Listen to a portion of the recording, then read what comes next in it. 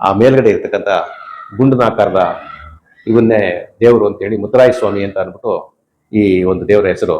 ಈ ಊರಿಗೂ ಕೂಡ ಆ ದೇವರ ಹೆಸರಿನೇ ಮುತ್ತೂರು ಅಂತಕ್ಕಂಥದ್ದು ಇರ್ತದೆ. ಇದಕ್ಕೂ ಮುಂಚೆ ಹಳೆ ಕಾಲದಲ್ಲಿ ಕೋಡಿ ಮನಗಂಡಳ್ಳಿ ಅಂತ ಇದಕ್ಕೆ ಹೆಸರಿತ್ತಂತೆ. ಆ ಕೋಡಿ ಮನಗಂಡಳ್ಳಿ ಅಂತ ಇದ್ದದನ್ನ ಕ್ರಮೇಣವಾಗಿ ದೇವರ ಹೆಸರನ್ನೇ ಮುಂದುವರಿಸಿದಕ್ಕೆ ಮುತ್ತರಾಯ ಸ್ವಾಮಿ ಅನ್ಬಿಟ್ಟು. ಇದು ಬಂದು ಹಿಂದೆ ಪಾಳ್ಯಗಾರರ ಕಾಲದಲ್ಲಿ ಅವರು ವೀರಗಲ್ಲು ಅಂತ ಅಂದ್ಬಿಟ್ಟು ಅವರ ಒಂದು ಗುರುತಿಗೆ ಸ್ಮಾರಕವಾಗಿ ನಿಲ್ಲಿಸ್ತಾ ಇದ್ದಂಥದ್ದು. ಇದು ಗ್ರಾಮದ ಮಧ್ಯದಲ್ಲಿತ್ತು, ಈ ದೇವಸ್ಥಾನಕ್ಕೆ ಸಂಬಂಧಪಟ್ಟಿದ್ದು ಅಂತ ಹೇಳಿ ಆ ಸ್ಥಳದವ್ರು ತಂದು ಇಲ್ಲಿಗೆ ಸೇರಿಸಿದ್ದಾರೆ. ದೊಡ್ಡಬಳ್ಳಾಪುರದಲ್ಲಿ ಯಾವುದೋ ದೇವಸ್ಥಾನನ ಇದು ಮಾಡಿದಾಗ ಅದರ ಒಂದು ಧ್ವಜಸ್ತಂಭ ಉಳಿದಿದ್ದ ಪಳೆಯುಳಿಕೆ ಅಂತ ತಗೊಂಬಂದು ನಮ್ಮ ಈ ಕೆರೆ ಕೋಡಿಯಲ್ಲಿ ಅನಾಥವಾಗಿ ಬಿಟ್ಬಿಟ್ಟಿದ್ರು. ಆಗ ಯುವಕರೆಲ್ಲಾನು ಸೇರಿ ಅದನ್ನ ತಗೊಂಬಂದು ಇಲ್ಲಿ ಸೇರಿಸ್ಕೊಂಡಿದ್ದೀವಿ. ನಮಸ್ಕಾರ ದೊಡ್ಡಬಳ್ಳಾಪುರ. ನಾವು ನಿಮ್ಗೆ ಪ್ರತಿ ಶನಿವಾರನೂ ಆಂಜನೇಯ ಸ್ವಾಮಿ ದೇವಸ್ಥಾನ ನೋಡಿಸ್ತಾ ಇದ್ವಿ. ಆದ್ರೆ ಈ ಶನಿವಾರ ನಮ್ಮ ದೊಡ್ಡಬಳ್ಳಾಪುರದ ಮುತ್ತೂರಲ್ಲಿರೋ ಮುತ್ತರಾಯಿ ಸ್ವಾಮಿ ದೇವಸ್ಥಾನಕ್ಕೆ ಬಂದಿದ್ದೀವಿ. ಇಲ್ಲಿ ನೀವು ನೋಡ್ಬೋದು ಹಳೆಯ ವೀರಗಲ್ಲು ಇದೆ, ಮತ್ತೆ ಹಳೆ ದೇವಸ್ಥಾನ. ನಮ್ಮ ದೊಡ್ಡಬಳ್ಳಾಪುರದಲ್ಲಿ ಪಾಳ್ಯಗಾರ ಕಾಲದಲ್ಲಿ ಕಟ್ಟಿರೋಂಥ ದೇವಸ್ಥಾನಗಳ ಪಳವಳಿಕೆಗಳು ಸಹ ಇದೆ. ನಮ್ಮ ಕನ್ನಡದ ನೆಚ್ಚಿನ ನಟ ಸಾರ್ವಭೌಮ ಕಲಾರತ್ನ ಡಾಕ್ಟರ್ ರಾಜ್ಕುಮಾರ್ ಅಣ್ಣವರ ಮನೆ ದೇವರನ್ನು ಸಹ ಮುತ್ತರಾಯಿ ಸ್ವಾಮಿ ದೇವಸ್ಥಾನ, ಅದು ಬಂದು ಉತ್ತತ್ತಿಯಲ್ಲಿ ಇದೆ. ನೋಡ್ಬೋದು ನೀವು, ಅದು ಸುಂದರವಾಗಿ ಕಾವೇರಿ ತೀರದಲ್ಲೇನೆ ದೇವಸ್ಥಾನ ಪಕ್ಕದಲ್ಲೇ ಚೆನ್ನಾಗಿ ಸುಂದರವಾಗಿ ಅದ್ಭುತವಾಗಿದೆ. ಹಾಗೆ ನಮ್ಮ ದೊಡ್ಡಬಳ್ಳಾಪುರದಲ್ಲಿ ಮುತ್ತೂರಲ್ಲೂ ಮುತ್ತರಾಯಿ ಸ್ವಾಮಿ ದೇವಸ್ಥಾನ ಇದೆ. ಇವಾಗ ನೋಡ್ಬೋದು ಎಷ್ಟು ಚೆನ್ನಾಗಿದೆ ದೇವರು ಒಳಗಡೆ ಎಷ್ಟು ಸುಂದರವಾಗಿದೆ. ನೋಡ್ತಾ ಇದ್ರೆ ನೋಡ್ತಾನೆ ಇರ್ಬೇಕು ಅನ್ಸುತ್ತೆ. ಇನ್ನ ಯಾರು ನೋಡಿಲ್ಲ ಬಂದು ನೋಡಿ, ಸ್ವಾಮಿ ದರ್ಶನ ಮಾಡಿ. ಎಲ್ಲರಿಗೂ ಒಳ್ಳೇದಾಗ್ಲಿ. ಜಯ ಆಂಜನೇಯ. ಶ್ರೀನಿವಾಸಯ್ಯ ಅವರು ಅರ್ಚಕರಿದ್ದಾರೆ ಇಲ್ಲಿ, ಅವ್ರ ಹತ್ರ ಮಾತಾಡೋಣ, ಇದ್ರ ಬಗ್ಗೆ ಇತಿಹಾಸ ತಿಳ್ಕೊಳ್ಳೋಣ ಬನ್ನಿ. ನಮಸ್ತೆ, ಶ್ರೀನಿವಾಸಯ್ಯ ಅಂತ ನನ್ನ ಹೆಸರು. ನನ್ನ ತಂದೆ ಹೆಸರು ಗಿರಿಯಪ್ಪ ಅಂತ. ನಾವಿಲ್ಲಿ ಮುತ್ತೂರಿಗೆ ಬಂದು ದೊಡ್ಡಬಳ್ಳಾಪುರ ನಗರದಿಂದ ಒಂದು 60 ವರ್ಷ ಆಗಿರ್ಬೋದು. ಬರೋ ಕಾಲಕ್ಕೆ ಇದು ಒಂದು ಹಳೆ ಮಂಟಪ ಇತ್ತು, ಚಿಕ್ಕದಾಗಿ ಒಂದು ಮಣ್ಣದ ಮಂಟಪ. ಆ ಮಣ್ಣದ ಮಂಟಪದಲ್ಲಿ ಆ ಮೇಲ್ಗಡೆ ಇರ್ತಕ್ಕಂಥ ಗುಂಡನಾಕಾರದ ಇವನ್ನೇ ದೇವರು ಅಂತೇಳಿ ಮುತ್ತರಾಯ ಸ್ವಾಮಿ ಅಂತ ಅಂದ್ಬಿಟ್ಟು ಈ ಒಂದು ದೇವರ ಹೆಸರು.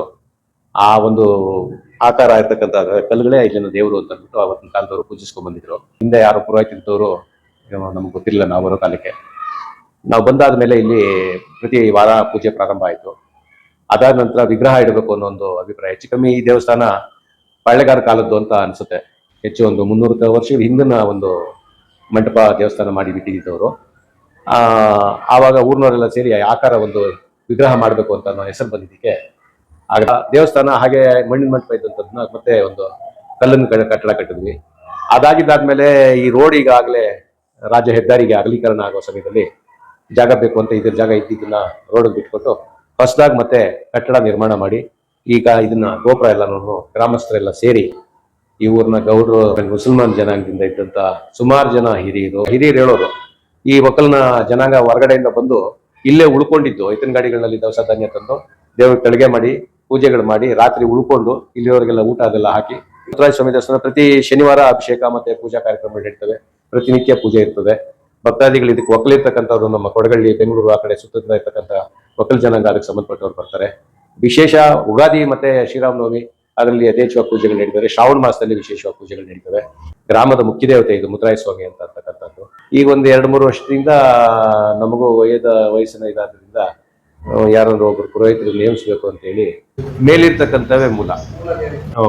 ಆ ಪೂಜೆ ಮಾಡ್ತಾ ಇದ್ದಿದ್ದನ್ನ ಆಮೇಲೆ ನಮ್ಗಳ ಕೈಗೆ ಊರಿನ ಗ್ರಾಮಸ್ಥರೆಲ್ಲ ಸೇರಿ ಆ ಒಂದು ಇದಕ್ಕೆ ಆಕಾರ ಬರಬೇಕು ಅನ್ನೋದು. ಈ ಊರಿಗೂ ಕೂಡ ಆ ದೇವರ ಹೆಸರಿನೇ ಮುತ್ತೂರು ಅಂತಕ್ಕಂಥದ್ದು ಇರ್ತದೆ. ಇದಕ್ಕೂ ಮುಂಚೆ ಹಳೆ ಕಾಲದಲ್ಲಿ ಕೋಡಿ ಮನಗಂಡಳ್ಳಿ ಅಂತ ಇದಕ್ಕೆ ಹೆಸರಿತ್ತಂತೆ. ಆ ಕೋಡಿ ಮನಗಂಡಳ್ಳಿ ಅಂತ ಇದ್ದದನ್ನ ಕ್ರಮೇಣವಾಗಿ ದೇವರ ಹೆಸರನ್ನೇ ಮುಂದುವರಿಸಿದಕ್ಕೆ ಮುತ್ತರಾಯ ಸ್ವಾಮಿ ಅನ್ಬಿಟ್ಟು ಊರಿನಲ್ಲಿ ಉತ್ಸವ ಮೆರವಣಿಗೆ ವಿಗ್ರಹಗಳು ಇದ್ದಾವೆ. ಇದು ಬಂದು ಹಿಂದೆ ಪಾಳ್ಯಗಾರರ ಕಾಲದಲ್ಲಿ ಅವರು ವೀರಗಲ್ಲು ಅಂತ ಅಂದ್ಬಿಟ್ಟು ಅವರ ಒಂದು ಗುರುತಿಗೆ ಸ್ಮಾರಕವಾಗಿ ನಿಲ್ಲಿಸ್ತಾ ಇದ್ದಂಥದ್ದು. ಇದು ಗ್ರಾಮದ ಮಧ್ಯದಲ್ಲಿತ್ತು, ಈ ದೇವಸ್ಥಾನಕ್ಕೆ ಸಂಬಂಧಪಟ್ಟಿದ್ದು ಅಂತ ಹೇಳಿ ಆ ಸ್ಥಳದವ್ರು ತಂದು ಇಲ್ಲಿಗೆ ಸೇರಿಸಿದ್ದಾರೆ.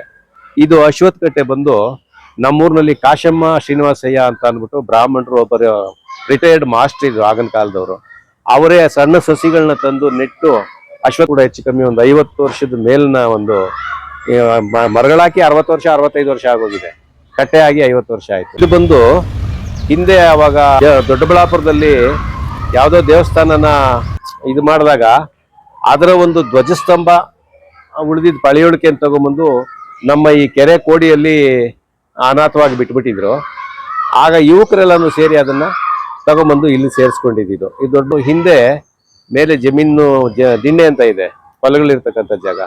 ಅಲ್ಲಿ ಆಗನ ಹಿರಿಯರು ನರಸಿಂಹಸ್ವಾಮಿ ಅಂತೂ ಈ ಕಾಮನ ಹಬ್ಬ ಬಂದ್ರೆ ಹುಣ್ಣಿಮೆ ಅಂತ ಹೇಳ್ತಾರಲ್ಲ, ಆ ಒಂದು ನರಸಿಂಹಸ್ವಾಮಿ ಅನ್ನೋ ಒಂದು ಪ್ರತೀಕ ಇಟ್ಕೊಂಡು ಈ ಸ್ತಂಭನ ಆ ಜಮೀನಲ್ಲಿಟ್ಟು ಪ್ರತಿ ವರ್ಷ ಈ ಕಾಮನಮ್ಮ ಹಬ್ಬ ಬಂದಾಗ ಅಲ್ಲೋಗಿ ಪೂಜೆಗಳು ಅವೆಲ್ಲ ವಿಶೇಷವಾಗಿ ನಡೆಸಿ ಆಮೇಲೆ ಇದೆಲ್ಲ ಹಬ್ಬದ ಒಂದು ಹೆಸರು ಬೇಳೆ ಪಾನಕ ಅದೆಲ್ಲ ಹಂಚಿ ಬರ್ತಾ ಇದ್ರು ಆಗಿನ ಕಾಲದವರು. ನಾವು ಬಂದಿಟ್ಟು ಅದನ್ನ ಮಾಮೂಲಿ ಮುಂದುವರ್ಸ್ಕೊಂಡು ಹೋಗ್ತಾ ಇದ್ದೀವಿ.